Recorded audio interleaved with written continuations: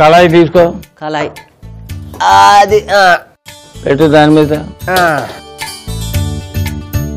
చాలా తక్కువగా వెలిగించు. మంట మాత్రం తక్కువగా పెట్టుకో. అక్కడ పల్లెల్లో కావాల్సిన వస్తువులు అన్ని పెట్టుకున్నాను, అవి తీసుకురా.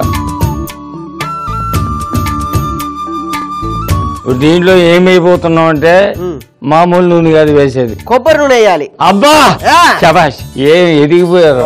బిజినెస్ చేస్తే అట్లుంటది. ఆవాలు. నూనె ఎక్కడ ఉంది, ఆవాలు ఎక్కడ పోసావు? అతుక్కుంటే నాకేం తెలుసు బాండీకి. ఇలాంటి మెలకువలే నాయన హోటల్లో నేర్చుకోవాల్సినవి. మెల్కల్ తిరుగుతుంటే అమ్మాయో. బాగుంది అబ్బాయి. మినపప్పు దాంట్లో. మినపప్పు కలుపు. మంట బాగా తగ్గించు. ఇప్పుడు మిరపకాయలు చిదిమేసి వేయి.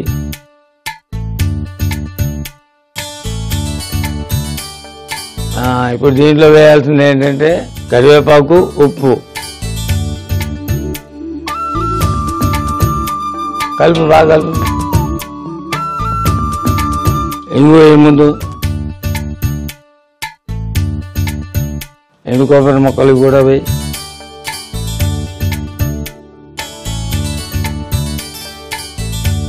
జీడిపప్పు వేయి దాంట్లో. ఇప్పుడు ఏం చేస్తామంటే కొంచెం జీడిపప్పు కూడా వేగిన తర్వాత ఈ కొబ్బరి కూడా వేయాలి. ఈరోజు కొబ్బరి నూనె, పచ్చి కొబ్బరి. కలుపు, బాగా కలుపు. ఇప్పుడు అతి ముఖ్యమైన పదార్థం ఏమిటి దాంట్లో? ఉప్పు వేసుకోవాలిగా. అది కదా.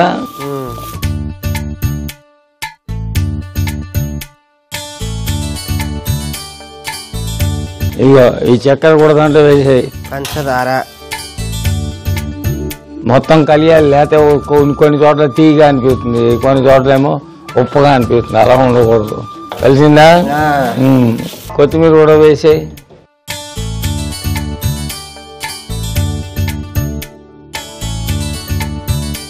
ఈ సేవయ్య వేయడం దాంట్లో చాలా ఇంపార్టెంట్. చాలా జాగ్రత్తగా వేసుకోవాలి. ముద్దగా పడేసాం అనుకో ఉప్పు కారం అన్నిటికీ అంటారు. చేతితో చిదిమేసి పర్లేదు.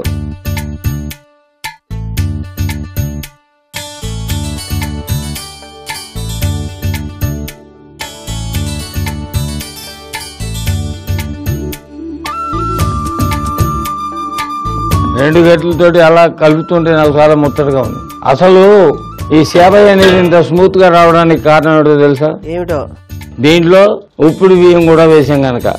అదే కేవలం వరిపిండితో చేసామనుకో ఇవి సూదులా తయారవుతాయి. తమిళనాడులో ముఖ్యంగా ఏ విందు భోజనంలో అయినా సరే ఇది లేకపోతే అది విందు భోజనమే కాదు. అల్లుడు అనేవాడు కంపల్సరీగా పెడతారు వాళ్ళు ఈ సేవయ్య అనే దాన్ని.